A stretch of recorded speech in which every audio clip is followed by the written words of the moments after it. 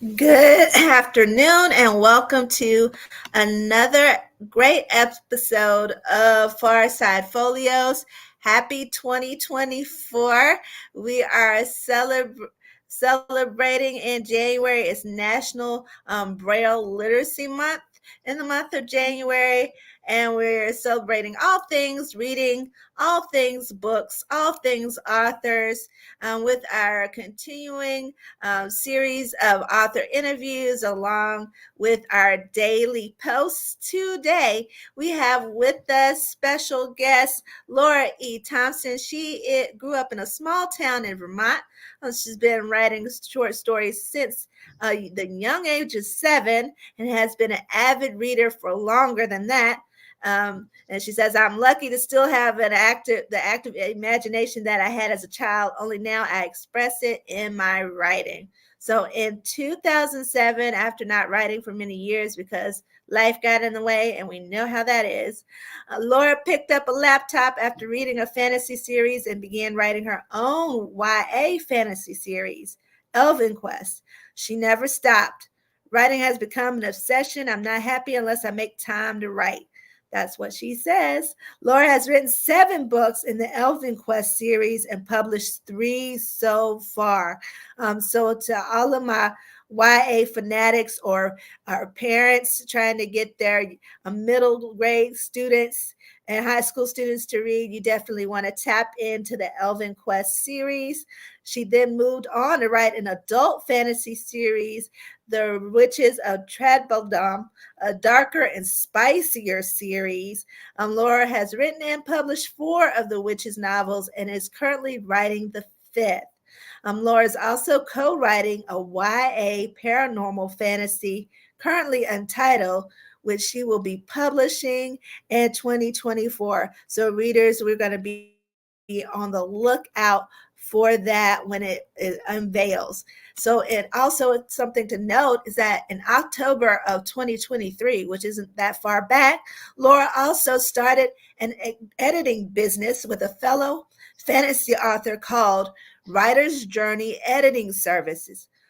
So Laura and her partner hope to help others to perfect and publish their book babies without breaking their bank account. And that is so huge. So welcome to the far side, Laura E. Thompson. Thank you. Thank you very much. Thank you for having me. Glad to be All here. right. Awesome. And we are here. We're going to talk about that first book in this, which is a Tradbeldam, Tradbeldam. Mm-hmm. series. And we're going to dive into that first book. And so is this series, now your Elven Quest series was specifically YA, and there's 7, definitely 7 titles that are going to be in that series. Do we have a forecast of how many will be in this series? So I have the 4 published and the 5th that I'm currently writing, and then I have notes for a 6th. So definitely 6. After that, I'm not sure. So it sounds odd to anybody that's not an author, but I let the characters tell me when they're done. And so if I feel like there's more story that they have to tell, then I'll do more. But I kind of get that feeling, you just know when it's all done. And it's always sad when it is done, but it is what it is. And then you move on to the next. All right, we're working up to 4. So if you just started with the first book, just like I did, you definitely want to get started with the book 1, and then we're going to catch up to book 4. We've got a whole season of reading to do, and so what better thing to do on a snowy day if you don't want to go outside and shovel snow, play in the snow, or you're just cozying up with a book. Do that with Laura E. Thompson and one of her great reads. So in reading this book and starting with that book 1, the prologue opens with a sudden hasty knock sounded on a small cabin door in the middle of the Ferdane forest. How does this opening sentence set the scene for what's to come in the story. So that scene is in the past. So it gives you the hint about what happened to the main character, Selena, in the past. This is actually her mother that knocks on the door of her best friend. And it's supposed to set up a sense of urgency and hopelessness, really, for the mother because she's being chased and pursued by who becomes the enemy in the story that they're trying to fight later on. And so it kind of gives you that sense of urgency, and then hopefully invokes some questions in the readers to say, well, what's happening and why, and what about this poor lady, and what about her poor child that's being left with somebody else. So that's kind of the hope of that opener. Okay, so if you're just joining us live or you're watching by replay, we are here with Laura E. Thompson discussing The Secret of Magic and Blood, Witches of Tradbeldam Book 1. All right, so the action takes off with the birth of a child, a promise kind of kept or made between friends, and a new mother on the run without her child. Why were these men chasing this woman off into the night? Yes. Why are they? Well, you hear them calling her a witch, right? So she's obviously being pursued because she's considered to be practicing witchcraft. And whether she is or not, kind of leave that up to interpretation for a little while, and then you figure it out. But yeah, so she's desperate at this point. She wants to save her child. She knows there's probably no hope for herself, but she has to save her little girl. So she leaves her with her best friends. And then they have agreed, before then to raise her. So it was always a promise that if this happens, I need you to take her and raise her. Um, and then you see her run to the cliff and they're chasing her and she realizes there's no way out. And then it's that moment of, I have to give up, but I feel so guilty for leaving behind my only child. But what choice do I have? You know. So. And so this thing now, if she was a witch, as the men called her, I mean, could she have not, had her wish to become like a bird and fly away rather than taking kind of a leap, Right. by some form of magic, by at that point, if she was a practice, you would expect or think that someone who had magical powers would have been able to change into a bird of flight, Mm-hmm. or some some creature, or call upon an intervening God of to Right. come and rescue them out of this kind of dilemma.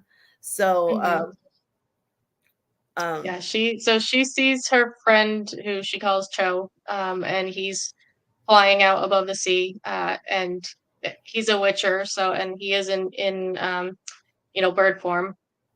But unfortunately for her, so this is a hard magic, what they call a hard magic system, which means that there are kind of rules and regulations around the magic, and there's things that they just can't do. And in her case, she unfortunately doesn't have the ability to turn into an animal. That's just not something that she can do. So, as much as she wishes, there's no way for her to do that. And I mean, she could pray to her gods, and I'm sure she does. But it's one of those things that she's just at that point, they're almost on top of her. She's got a choice: either jump off this cliff and hope for the best, or let them catch her and know that she's in for a rough time. So she says the line is, I believe the line is, it's either death by fire or it's death by water, and it's one of those situations. Like she's got to just take that leap, or she's got to know that she's going to be kind of tortured and killed in a not great way, full of pain. So I'd take the leap as well. I think if it were me. And then we leave the prologue, where this kind of intro and rising action falls to where we kind of fast forward to a family, of a teenage girl, and younger siblings or younger children. And Mhm. so the girl, Sawina, asked her mother, Delmira, the Mhm. question, did you hope I would be a good green stender when you had me? Now, Mhm. why did that kind of shake Delmira in that moment when she got that Yeah, question? so when she asked that question and Delmira kinda turns around with tears in her eyes and she's hiding those tears from her. But it's basically because, they've kept the secret for 16 years now. So Sowena has no idea that Delmira is not her mom. No idea. So when she says something like, when you had me, do you, this, that, or the other thing cross your mind? I mean, it's just a reminder for Delmira that she lost her best friend and that she's carrying this huge secret. Um, so it's a little bit painful to kind of think about, the fact that she Mhm. can't say, "Oh yes, when I had this was my birth story," or "When I had you, this is how I felt." She didn't. So Mm. yeah. So, kind of based on that, thinking about that promise that was made between friends, Mhm. Yuman, the husband, Delmira, the wife, and Rowena, the Mhm. witch, so to speak. At what point was the truth going to be revealed, to the child? Mhm. Was it on the eve of her, 18th birthday, or or when she comes into womanhood, or, as to when, this revelation was supposed to take place? And then there's the question of, how you tell somebody that you've raised that you're really not our Yeah, child. ours. Mhm. So they always knew that eventually she would have to find out, but I didn't really plan any specific, Mhm. here's a letter and have her read it kind of thing on her Mhm. 16th birthday or anything. My thought was really, as long as these people that are like pursuing them and attacking the magic folks, as long as they're there and as long as they're a threat, she needs to stay hidden and she needs to be protected. And the thought is that if they told her the truth, it would be tough for her to not do her magic or not talk about it, and she her life would be at risk. So they figure as long as they can keep her in the dark, the better. But they know that eventually she'll find out the truth because truth always comes out. Right? Can't hide something like that forever. Okay. So, thinking about, coming of age, when I guess you're descended from magic folks, so Hmm. to speak. Um, Yeah.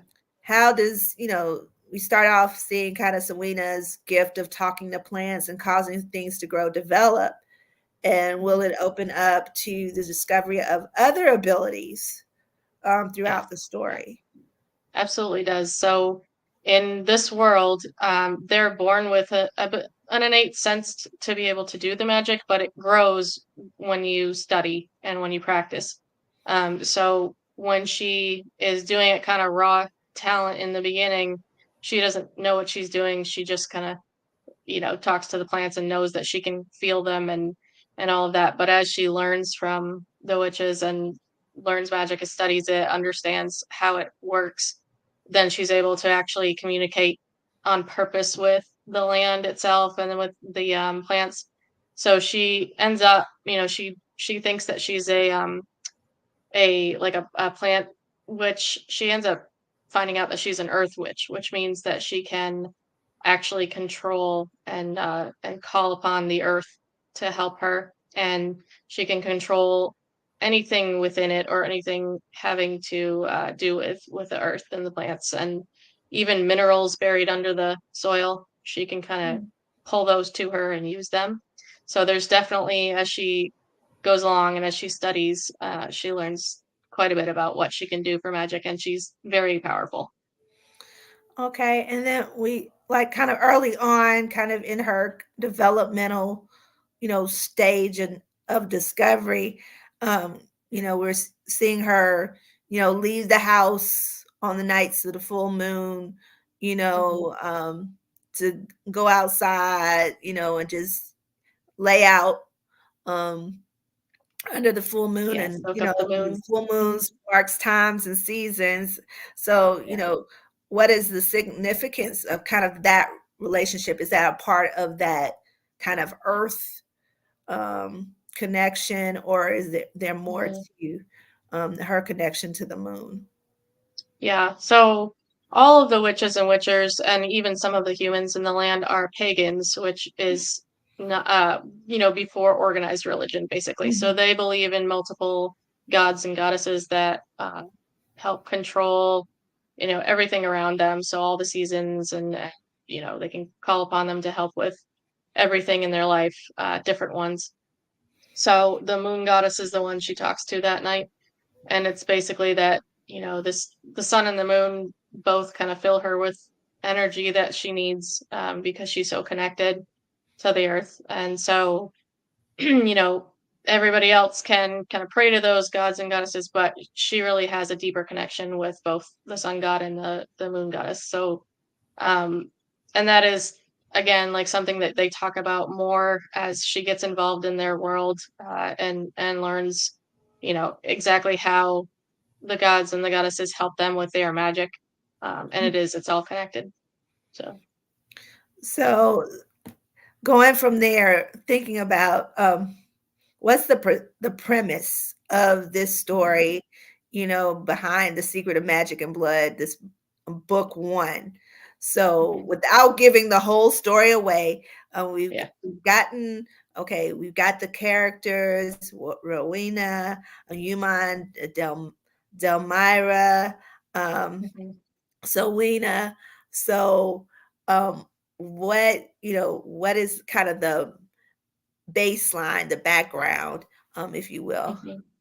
Right. So this always with book, the first books, it's about setting up the story and introducing the characters and all of that, especially in a series. So that's a big part of it, introducing the world. But on top of that, the main storyline really has to do, and it kind of carries through all the books, but it has to do with the fact that these characters, like I said, they practice a certain religion. The folks in power are not the same religion, and there are different types of religions all across the lands, but they've always kind of been at odds, or have been for many many years since certain people have been in power. So um, but it's all about, and during that time, they've had a lot of kings that have been conquering the lands and hunting these people down, killing them. So they were forced to go into hiding.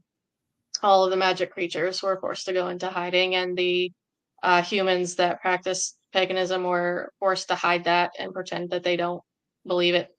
Um, so at this point in time, they basically hit a wall and they just say, we're done. We've been in hiding for, many, many years now, and we want our freedom back. And Selena's presence has a lot to do with why, and the things that happen to her, the things that change her, kind of push that button to say, okay, enough's enough.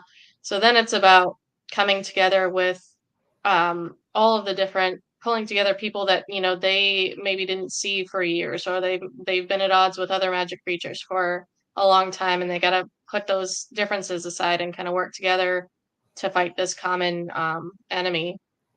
And even in the following books, to talk about the fact that even though there are these different religions, they learn through communicating with people and just kind of seeing how their world works, that just because you have a different religion from somebody doesn't mean that you can't work things out between you. There's a common ground that you can kind of find that common ground, work together, and say, like, you can believe in your thing and I can believe in my thing, and it's cool. Like, it's fine. We'll work together anyway.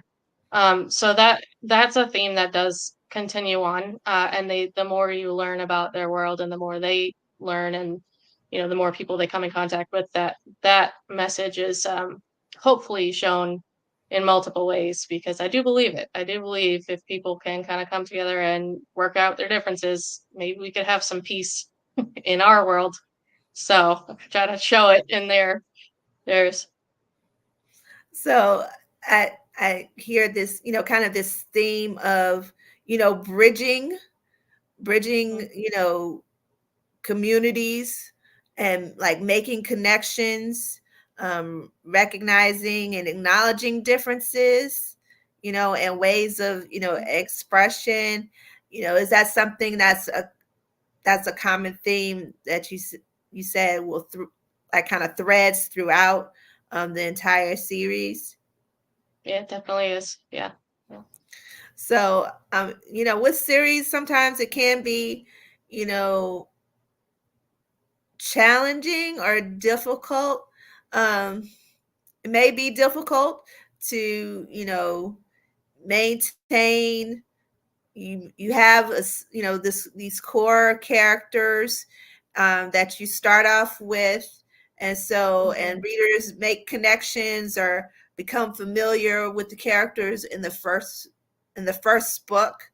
Mhm. um, do you are the characters, will we see the characters evolve and change through the second, through the rest of the series, or are we seeing, others, new characters come in and older characters kind of, you know die off or Yeah. fade into the, into another realm, so to speak? um Right. I don't want to tell you who dies, oh, but there might be some deaths. I'll just put it that way. you gotta read But it. You gotta read the you next book. gotta read it. Okay. Right. But no, the favorite characters definitely come back. And some of the witchers and witches that are part of the bigger covens, you might not see them as much, but the main solid characters, the top, I would say 6 or 7 characters, they stay throughout and work together, and they definitely grow because actually the story jumps a couple of years or about a year, I think, in advance the next book, and then book 3 and 4, they do jump ahead about 2 to 3 years each. So by the time you get to book 4, they're about 7 or 8 years difference from the Okay. first book. And I did that on purpose because of the fact that the romantic relationships blossom, and they turn into adults really from their Mhm. teenagers, and they turn into adults. And I wanted to be able to show like a deeper romance kind of. So if you like Mhm. romantasy, this is what it turns into. um so and and then as I was going, I ended up not really consciously, but sort of unconsciously adding that spiciness into it. So it really gets into kind of the sexier side of relationships too. Um, and that just came out. I didn't plan it that Mhm. way, but it made sense because by this point they're in their 20s, and they're not like they can have those kinds of relationships and it's fine. I didn't want to show 15 and 16-year-olds having sex. It's just not a great message. So I was trying to move them to adults and All then right. be able to So show that. we got that, growth Yeah. and development over time, right? So, Hmm. since your release of book one, are there's some themes that, okay, there's some things that I didn't do in book one that I want to do in book two, or things that I, kind of addressed in book one and wanted, okay, we're now at book three. Are there some things that, that you thought about and further after the release of the first book and say, okay, I'm going to put this here and I'm going to put that there? Hmm. I'm not as much of a planner as some. So a Okay. lot of it is I see kind of like a movie reel in my head where I see Mhm. a image of something that I want to get to, some scene between characters that I'd like to see happen. And then it's a matter of figuring out where in the story that's going to go and how do I get there. And then I just kind of let it roll from there.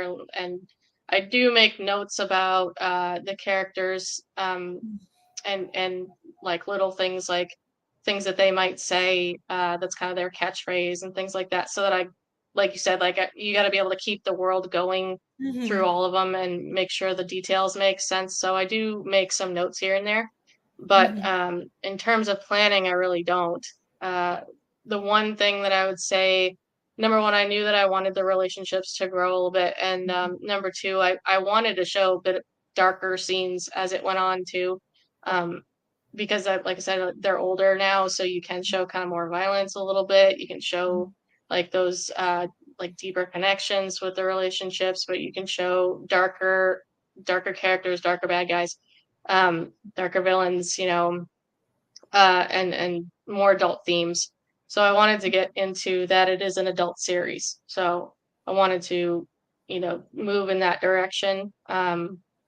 Like book one, I would say is fairly PG-13, Mhm. but then they definitely get darker and more adult as they go. Um, so all of that, and then there were some magic creatures and things that I had thought about. So the magic creatures actually they're all based on Celtic mythology.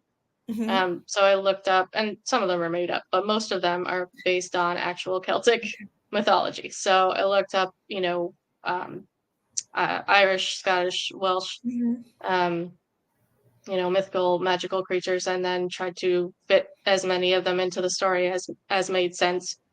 And there were definitely some where I looked them up and thought, well, those sound really cool, but they don't really fit into book Mhm. one. So I'll make a note and try to bring them in to the other stories. So yeah, did a bit of research really for those. So how do you so you make, you're making this, creating these worlds, and you say you take notes or it unfolds like a movie reel. How are Mhm. you able to maintain consistency of the world, with the characters, the kind of the incorporation of the mythology pieces, and the events that are happening and everything? So how are you able Mhm. to maintain that consistency through the Yeah. series? I do make notes as so I made the notes for the research that I did beforehand for the mythical creatures, and I have a whole Word document of, what type of creature they are and what they do and different stories around them, links to where I read the stories. But then my characters, I typically will write like a little paragraph or like a page of, you know, uh little things about them, like, what are their likes and dislikes, what's their history. um for a lot of them they have backstories of their parents and things like that that kind of come out a little by little throughout the story, so I had to write those things down so I wouldn't forget. But even even with writing notes, I tend to have to go back and reread or like skip along my books and Mhm. say, where's that part? I know I mentioned something in this part in this book that then would make sense for here, but how did I word it? Or what Mhm. did I actually say? What's the details? So I do that a lot too. I have to kind of go back and reread or flip through. Okay. So now that you've gotten four books from this particular series under your belt, you really feel like you're grounded in fantasy and kind of found your niche. Yeah, definitely. It's always been fantasy for me. I mean, from the beginning, from the Elven Quest book one, I just love it. Like, and I really forgot how much I loved fantasy. I loved it as a kid, and I forgot about it really for a while because, like I said in the bio, life got in the way. I mean, you get, you know, all caught up with school and college, and I got married real young, and so I was caught up in my marriage and all that. Working, adulting, no fun to do the adulting. So, I was caught up in all of that, and I forgot just how much I really loved to especially read fantasy, watching it too, but especially reading it. Until I picked up, and I don't mind saying it, but it's the Harry Potter series. Somebody recommended to me, my boss of all people recommended it to me when I was in grad school, and I said, "Isn't that a kid's book?" And she's like, "No, it's not just a kid's book." She was horrified that I thought it was just for kids. So she said, "You have to read it."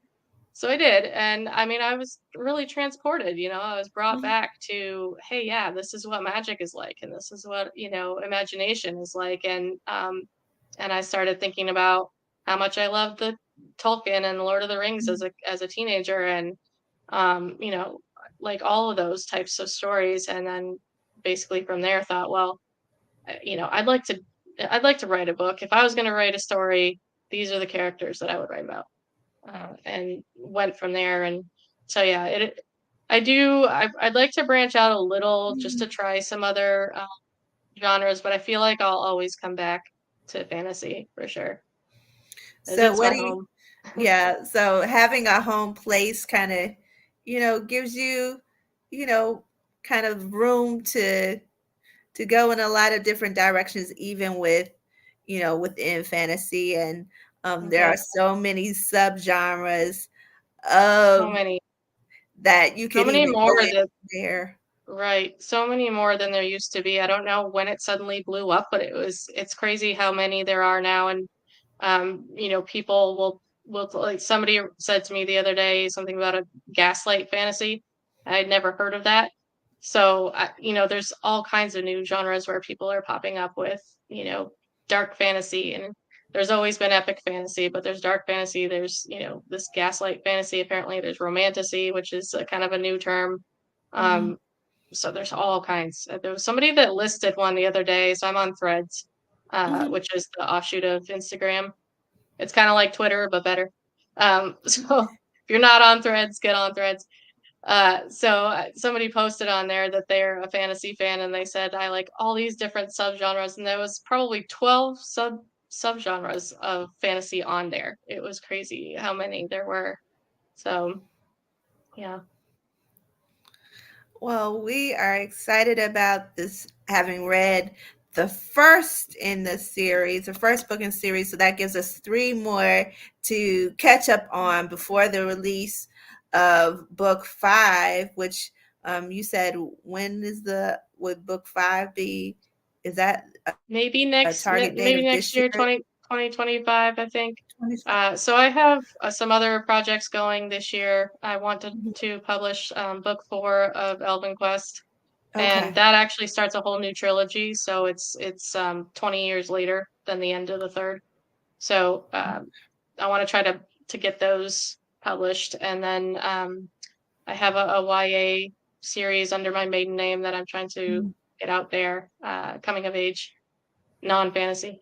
Um, and a few other projects, the paranormal fantasy story that I co-wrote with a friend of mine, and she actually, so talking about Braille, the celebration of Braille month, right? Mhm. So she's actually blind, and she and I decided to co-write this book together. And it's been a fantastic experience. She uses a program that helps her to do it. Reads the story to her, and then she's able to talk through it and writes the story with it. And it's so cool. And we have had the best time just working together. So I'm excited to share that with everybody. Her name's Shell, and she has her own books as well. But yeah, so I'll be promoting that big time once that's should be ready. I would say this spring, soon, hopefully. Awesome. And you have another endeavor that Mhm. I'm sure you're excited about sharing. So can you, tell our viewers and those who will catch the broadcast by replay about your editing services and what you offer? Absolutely, I'd love to. Yeah. So, really awesome friend of mine, best one of my besties. He's also a fantasy author, and we both had an experience working with a company that claimed to, you pay us an exorbitant amount of money, and we will do this editing for you and do a cover art, whatever, and publish your book. And we were both very disappointed in the results. We thought that the price tag did not match what the results were. And so it was a defeating moment for both of us, and we kind of bonded over. We talked about it when we first met, and we kind of bonded over that we would never want anybody else to go through something like that, because it's pretty devastating that you can't get your money back. Mhm. So he decided that he was all done hiring editors for his books, and he went to school to become a line and copy editor.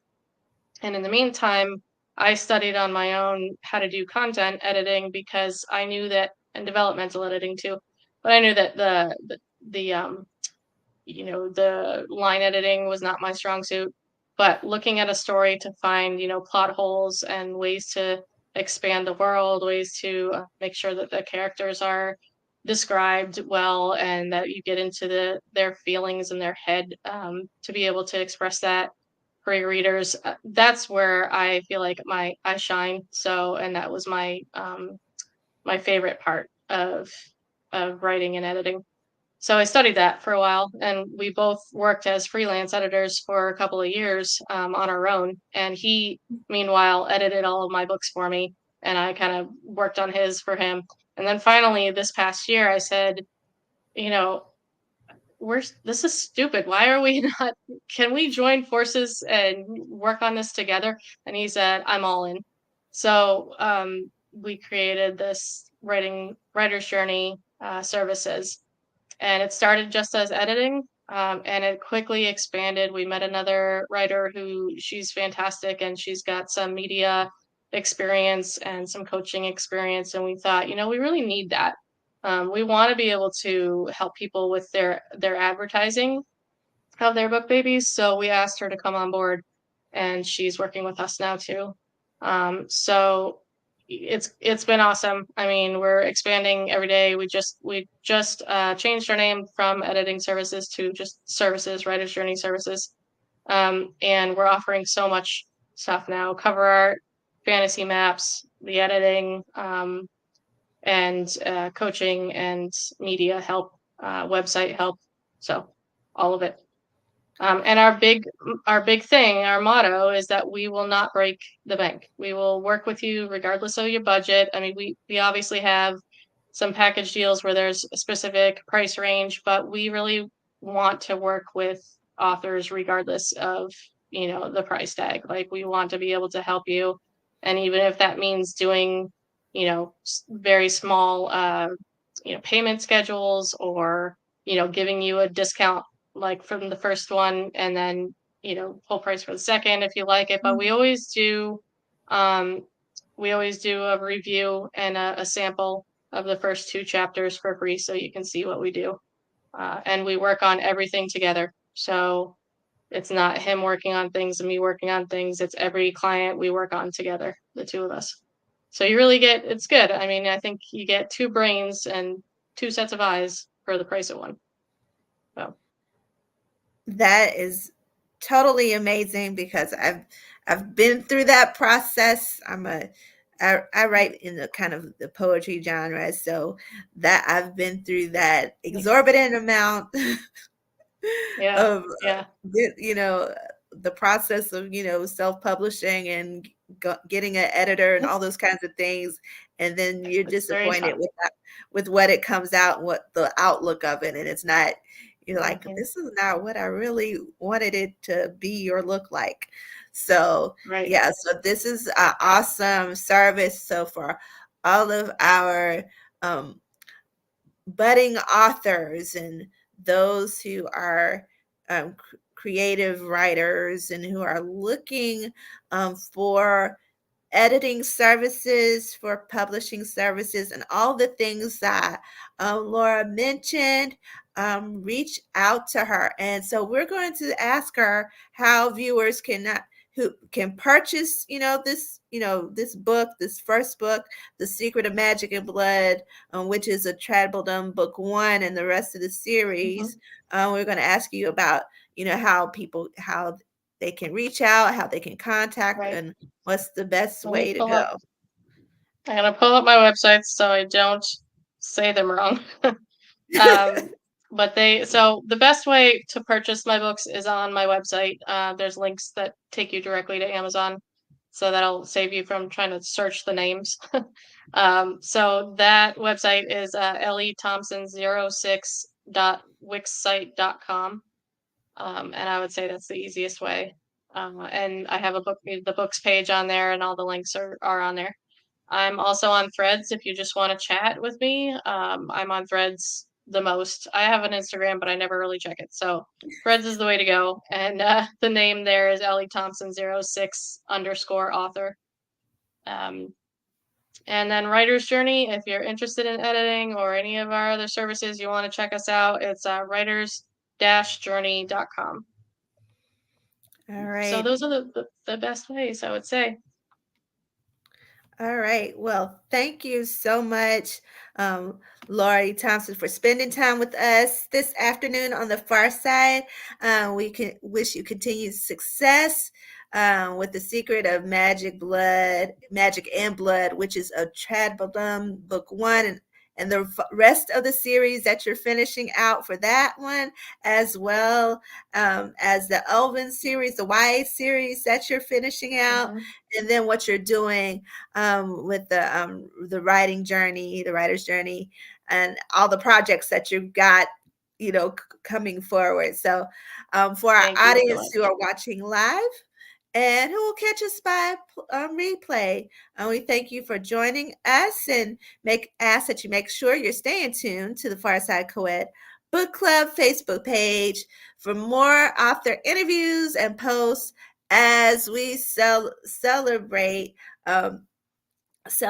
National Braille Literacy Month here in January, and we will continue our celebrations of all things books, authors, reading, writing, all the things that we do here at the Far Side. So until next time, thank you again, Laura, for being with us Thank this you. afternoon. And Yes, thank you for having me. until next time, Carol. many roots, many voices are a part of the infinite story. So plant your seed. Have a great afternoon, everyone. Thank you.